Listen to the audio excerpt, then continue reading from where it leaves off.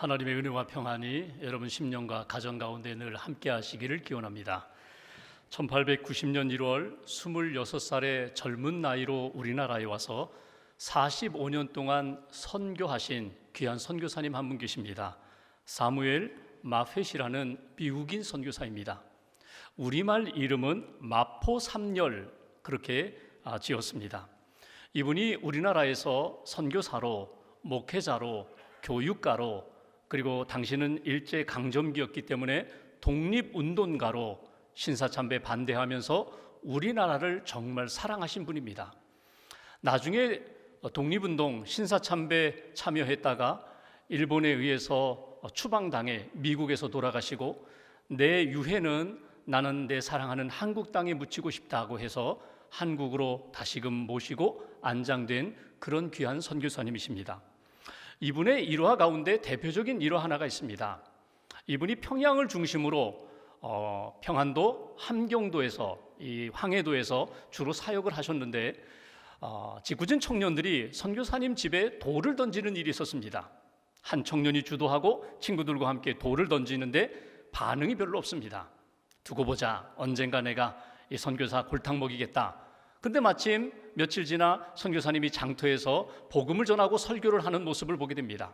그래서 돌을 들어서 선교사님 얼굴을 향하여 던졌습니다.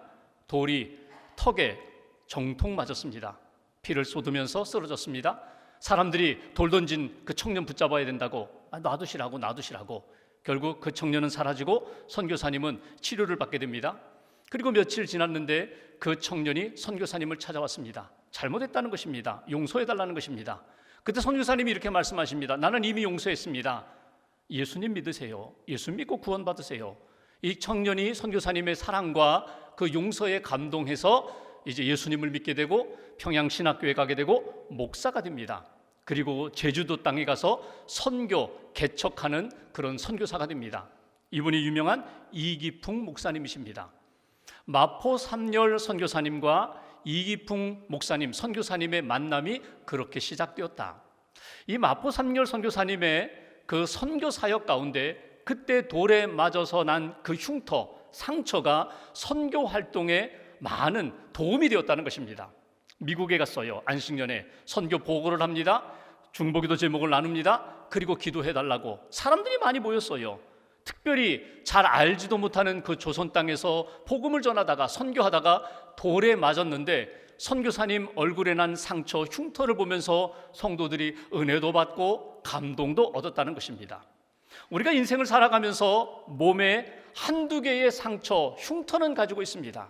때로는 놀다가 운동하다가 내가 얻었던 그 상처, 여러분 신앙생활 하면서 예수님 때문에 예수님의 말씀대로 순종하며 하나님의 뜻을 이루다가 얻은 상처, 흉터가 여러분들에게는 있습니까? 여러분은 예수님 때문에 받은 상처, 고난이 여러분들의 삶에, 몸에 지니고 있습니까? 여러분은 예수님을 위하여 오늘도 어떻게 살고 있습니까? 우리가 사도행전 말씀을 읽고 있는데 사도행전에 초대교회 성도들, 사도들은 성령을 받은 이후에 고난과 핍박 가운데서도 복음을 전하는 일에 열심을 다했습니다. 성령님을 의지하면서 열심히 주님이 맡겨주신 사명을 감당했습니다. 우리가 읽은 말씀 앞부분에 보시면 33절에 유대 종교 지도자들이 나와요. 예수님 받아들이지 않아요. 오히려 예수님의 복음을 전하는 사람들을 시기합니다. 그리고 반대합니다. 그들을 죽이려고 합니다. 분노합니다. 저들이 우리가 하지 못하는 일 하나님의 능력으로 하고 있다. 시기심도 생기고 분노도 생기고 그래서 없애려고 해요. 죽이려고 해요. 자기들이 가지고 있는 편견, 고집, 그리고 고정관념 깨뜨리지 못하고 예수님 반대하고 예수님 믿는 사람들 핍박하는 사람들, 그런 고난 가운데 사도들은 복음을 전했다는 거예요. 34절에 보면 가말리엘이라는 사람이 나와요. 사도 바울의 스승이죠. 가말리엘 바리새인입니다. 율법 교사입니다. 백성들로부터 존경을 받는 사람입니다. 영향력 있는 사람이에요. 이 사람이 복음을 전하는 사도들에 대하여 그는 이렇게 이야기합니다. 과거에도 이런 일들이 있었어. 드다가 등장하고 유다가 등장하여 굉장한 일을 했는데 추종자들, 제자들이 많았는데 그들이 죽자 다 흩어지더라. 그러니까 지금 사도들이 전하는 이 복음도, 이 능력도 시간이 지나보면 알아. 조심해라. 그리고 서두르지 말아라, 흥분하지 말아라. 혹이라도 그들의 능력이 하나님으로부터 이루어진 것이라면 반드시 그들의 능력대로, 그들이 전한 복음대로 예수 그리스도가 진짜 구세주가 될 것이고, 만약에 드다나 유다처럼 잠깐 반짝하다가 유행지나 사라지면 그들도 사라지게 될 것이다. 이렇게 지성인이면서 넓은 마음을 가진 듯하지만 예수님에 대하여 온전히 받아들이지 못하고 이해하지 못하는 그런 지성인들도 등장했다는 것입니다.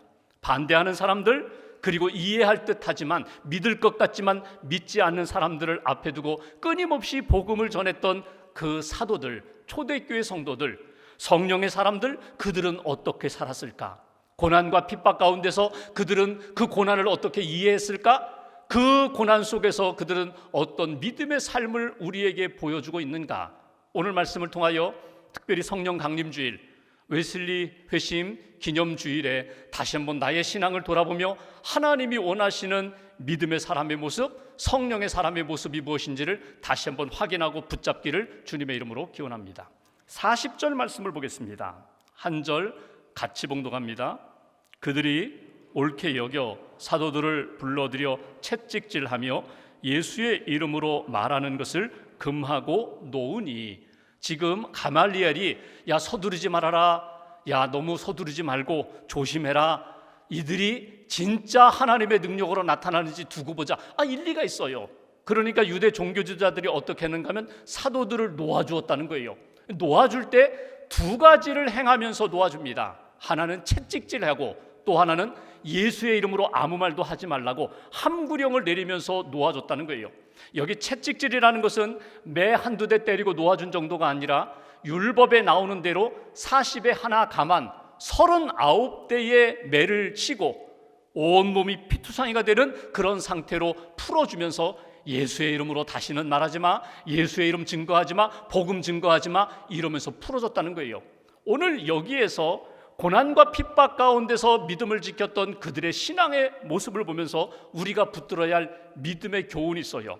첫 번째 교훈, 우리가 이 땅을 살아가면서 사도들처럼 많은 믿음의 사람들처럼 예수님 때문에 받는 고난이 있다는 것을 잊지 말라는 거예요.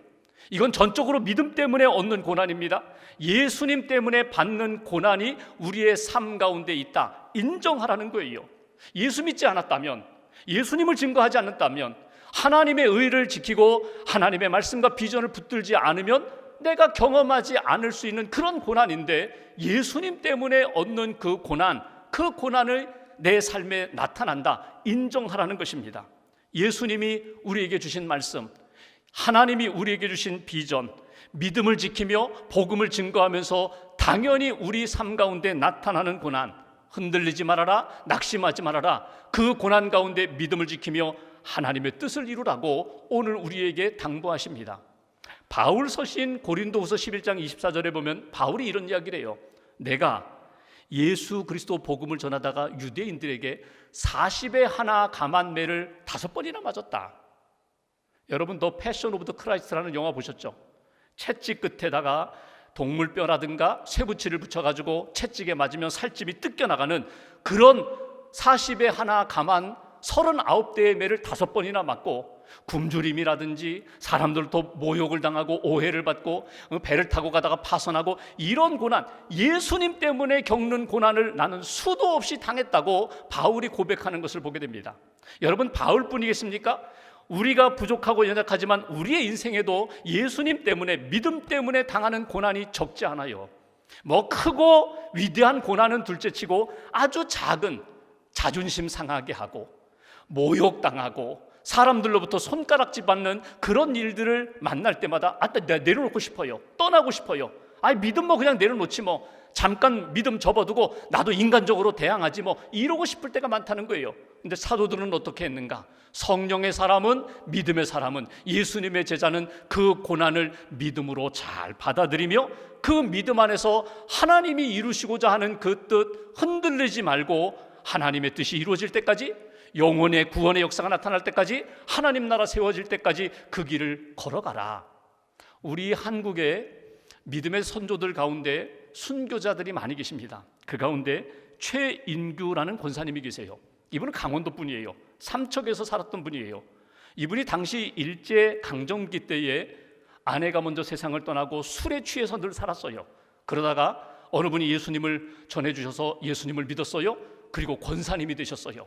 본인이 열심히 교회 학교 교사로 섬기고 교회에서 열심히 헌신하고 나도 바나바처럼 되겠다고 자기의 재산을 다 팔아서 그렇게 하나님 앞에 봉헌한 다음에 오직 예수로만 살았던 분이에요. 신사참배 거부하는 정도가 아니라 일본이 하는 모든 국민 의례, 동방요배나 일장기 격리하는 거 다 거부했어요. 그러니까 결국 삼척 경찰서에 붙들려 가죠. 일본 순사에게 붙들려 가서 고문을 당합니다. 여러 가지 고통 가운데 도저히 돌이키지 않으니까 일본 경찰이 어떻게 했는가 하면, 여러분, 인분통, 똥통을 지게에 지고 마을을 돌게 만들었어요. 수치감을, 모욕감을 안기겠다는 거예요. 망신을 주겠다는 거예요. 그리고 이것을 보고 세상 사람들로 하여금 너희들도 이렇게 신사참배 거부하면 이렇게 큰 어려움을 당한다, 두려움을 만드는 그런 일들 시켰어요. 그러면서 이렇게 말합니다. 돌아다니면서 지게 지고 똥통 지고 다니면서 나는 신사참배를 거부한 사람이요, 나는 신사참배를 거부한 최인규요, 이렇게 외치라고 했어요. 그러면 소심한 사람이라면, 믿음이 흔들린다면 저 못하겠습니다, 아이고 저 지게를 지고 돌더라도 저는 그렇게 외치진 않겠습니다, 그럴 텐데 이분은 담대했어요. 내가 신사참배를 거부한 최윤규요, 내가 예수를 믿는 최윤규란 말이요, 외치면서 다녔어요. 그것을 보면서 사람들이 무엇을 보았을까? 예수님의 십자가를 보았다는 거예요. 예수님의 능력을 보았다는 거예요. 여러분, 한 친구가, 그 차국성 권사라는 친구가 최인규가 너무나 힘든 고난, 고문을 당하는 걸 보고 너무 안타까워서 경찰서를 찾아갔어요. 그리고 이렇게 부탁을 합니다. 사실은요, 내 친구는 전에 정신질환을 앓았어요. 근데 예수 믿고 이렇게 다시 재발한 것 같은데 좀 불쌍히 여겨서 좀 풀어달라고. 그때 이 경찰서장이 그 친구에게 이렇게 말했다는 거예요. 최윤기가 미친 사람이 아닙니다. 당신도 예수를 믿으려면 저 최인규처럼 제대로 좀 믿으시오.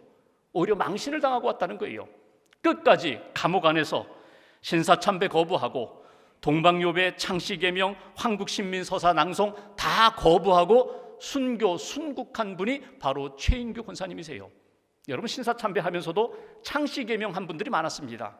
어쩔 수 없으니까. 근데 이분은 끝까지 이름도 바꾸지 않았어요. 최인규, 내 이름, 그 이름 가지고 믿음을 지키다가 결국 순교한 분. 여러분, 믿음을 붙잡기 때문에 내가 만나는 고난들이 있다는 거예요. 예수님의 영광을 위하여, 복음을 위하여 내가 당하는 고난이 있다, 당연하게 여겨라. 믿음으로 받아들여라. 믿음이 흔들리지 않는 하나님의 사람이 되어라. 이것이 오늘 본문을 통하여 우리에게 주시는 교훈입니다. 두 번째로 41절 보실까요? 41절 한 절 같이 봉독합니다. 사도들은 그 이름을 위하여 능력 받는 일에 합당한 자로 여기심을 기뻐하면서 공의 앞을 떠나니라. 아멘. 여기 보시면 중요한 표현이 나와요. 능력 받는 것, 고난 받는 것 당연하다는 거예요. 내가 이렇게 고난 받는 것, 이것은 내가 그리스도인 맞다, 예수님의 제자 맞다, 성령의 사람 맞다, 복음의 증인 맞다, 자기의 신앙의 정체성을 분명히 확인했다는 거예요. 고난 당하는 것 당연한 것으로, 합당한 것으로 여길 뿐만 아니라 기뻐했다. 이것이 우리가 이해할 수 없는 초대교회 성도들의 신앙의 모습이었다는 거예요. 여기서 우리가 붙들어야 할 두 번째 메시지가 있어요. 초대교회 그 믿음의 사람들이 하나님 앞에서 고난 가운데서 피하지 않고 주저앉지 않고 당연한 것으로 여기면서 예수님을 위하여 이 고난 나는 받아들이겠습니다, 이 고난의 의미를 깨닫고 나는 기뻐하겠습니다, 예수님을 위하여 사는 그 은혜와 기쁨이 그들 가운데 있었다는 거예요. 예수님으로 인하여, 예수님 때문에, 예수님을 위하여 사는 인생 가운데 다가오는 고난에 대하여 피하지 말아라. 마태복음 5장에 보면은 산상수훈의 말씀이 나와요. 제자들에게 주신 말씀이거든요. 그 제자 가운데 제자들에게 주신 첫 번째 팔복의 첫 번째 말씀이 5장 3절 말씀이 나옵니다. 심령이 가난한 자는 복이 있나니 천국이 그들의 것이며, 마지막 8번째 복 10절에 의를 위하여 박해를 받은 자는 복이 있나니 천국이 그들의 것임이라. 너희를 위하여, 너희가 이렇게 다가오는 여러 가지 고난, 핍박, 박해가 있을 때 기뻐하고 즐거워하라. 하늘의 상이 큼이라. 지금 고난이 있을 때 그 고난 자체는 힘들고 견디기 어렵지만 그 고난 가운데 이루시는 하나님의 역사가 있다, 영광이 있다, 그리고 상급이 있다. 그 고난 이후에 얻을 상급을 바라보며 믿음의 길을 걸어가라. 이것이 예수님이 제자들에게 주신 말씀이거든요. 여러분, 우리가 고난을 만나면 쉽게 원망합니다, 불평합니다, 불신앙적으로 하나님을 떠나고 싶은 그런 흔들리는 마음이 있을 때가 있어요. 초대교회 성도들은 어떻게 했다고요? 그 고난 가운데 오히려 자신의 정체성을 분명히 확인했다는 거예요. 나 그리스도인 맞구나, 나 제대로 걷고 있는 거 맞구나, 하나님을 위하여, 예수님을 위하여 내가 인생의 믿음의 길을 걷고 있는 건 맞구나. 오히려 감사하며 기뻐하는 믿음의 삶을 살았던 그들의 모습처럼 너희들도 그 고난의 길을 걸어가라. 베드로가 나중에 베드로전서 4장 11절 12절에 보면 이렇게 권면합니다. 사랑하는 자들아, 너희를 연단하려고 오는 여러 가지 시험, 불시험에 대하여 이상하게 여기지 말라. 당연한 거야. 그러면서 오히려 이 고난이 그리스도의 고난에 동참하는 거야, 그리스도와 함께하는 거야, 그리스도의 고난에 너희들이 참여하는 것으로 하늘의 큰 영광과 상급이 있다는 것을 잊어버리지 말아라. 오늘 하나님 앞에서 내가 만난 고난, 예수님 때문에, 예수님을 위하여, 하나님의 나라를 위하여 내가 지금 감당하는 고난인가 다시 한번 점검하고 돌아보면서 고난 속에서 하나님이 주시는 은혜와 기쁨, 감사를 잃지 않는 믿음의 사람이 되라고. 우리 조선시대 때 매품팔이라는 것이 있었습니다. 매품팔이. 여러분, 매품팔이는 어떤 것인가 하면 부자가, 양반이 매맞을 일을 했어요. 죄를 지었어요. 그러면 관가에 끌려가서 곤장 10대를 맞아야 돼요. 벌 받아야 돼요. 근데 내가 맞으면 아플 것 같으니까, 힘들 것 같으니까 일꾼을 고용합니다. 매품팔이 꾼을 고용해요. 돈을 받고 대신 매를 맞아주는 사람. 그러면 곤장 한 대에 한 양을 주는 거예요. 곤장 10대를 맞아야 돼. 그러면 10대를 맞는 거예요. 대신 돈 받고. 그러면 생각해 보십시오. 내가 죄를 지었어요. 죄를 지어서 벌 받으면서 매를 맞으면 아프기도 하지만 참 부끄럽고 수치스러운 일인데, 사실 나는 죄를 지은 건 아니에요. 그냥 돈을 벌기 위하여, 돈을 받기 위하여 대신 매를 맞는 거예요. 매를 10대 맞았어요. 몸은 아프지만, 상했지만 내가 원하던 목적대로 돈을 얻었어요. 여러분, 우리가 신앙생활하면서 내가 죄를 짓고 내가 잘못해서 내가 매를 맞고 고난 겪는 그런 고난이 아니라 의를 위한 고난이에요. 예수님을 위한 고난이에요. 하나님의 뜻을 위하여 내가 받는 그 고난이라면 그 고난이 은혜가 된다. 그 고난이 너희들에게 영적 생활에 유익함이 된다. 기뻐하고 감사하며 하나님이 주신 그 고난의 의미를 잃어버리지 말아라. 오늘 그리스도가 함께 하신다. 그리스도의 고난에 참여하고 있다는 것을 잊어버리지 말아라. 이것이 오늘 초대교회 성도들이 가지고 있었던 신앙의식이라는 거예요. 여러분, 잊지 마세요. 지금 여러분이 겪고 있는 그 고난 속에 하나님이 함께 하신다. 예수님이 함께 하신다. 고난을 통하여 나를 연단시키시고 정금 같은 믿음의 사람으로 만드신다. 이 고난을 통하여 예수의 복음이 열매로 나타난다. 그런 믿음, 그런 감사, 그런 영적인 기쁨을 누리기를 주님의 이름으로 기원합니다. 마지막 한 가지, 42절 말씀 보실까요? 42절 같이 봉독합니다. 그들이 날마다 성전에 있든지 집에 있든지 예수는 그리스도라고 가르치기와 전도하기를 그치지 아니하니라. 아멘. 열심히 복음을 전했다는 거예요. 날마다 집에 있든지 성전에 있든지 누구를 만나든지 열심히 복음을 전했던 그들, 여기 예수는 그리스도라 전했다는 거예요. 여러분, 정리하면 이런 거예요. 예수 믿으세요. 예수 믿고 구원받으세요. 예수 믿고 천국 가세요. 이렇게 복음을 전하는, 전도하는 행위와 내용뿐만 아니라 나의 신앙 고백을 잃어버리지 않았다는 거예요. 내 인생의 구원자는 오직 예수뿐이다. 예수 그리스도가 나의 구원자가 되신다. 이 믿음의 고백, 그리고 이것을 증거하는 전도, 선교, 그리고 하나님이 이 복음 전도에서 경험케 하시는 놀라운 은혜와 간증, 이것을 잃어버리지 않았다. 세 번째, 우리에게 주시는 메시지가 있어요. 초대교회 사도들처럼 예수님을 증거하는 열정을 잃어버리지 마십시오. 그 뜨거움을, 성령의 뜨거움을 여러분 잃어버리지 마십시오.